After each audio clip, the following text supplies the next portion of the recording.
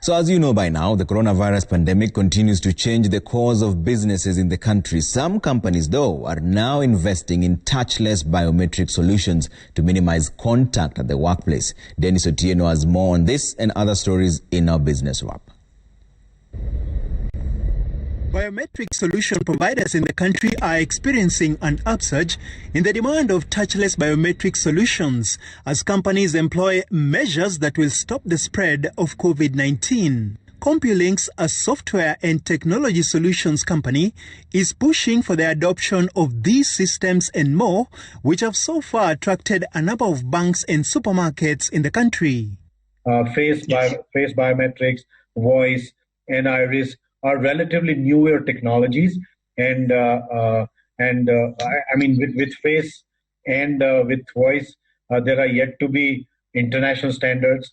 So all that is has been a hindrance, but with this advent of COVID, we've had to jumpstart that agenda as well.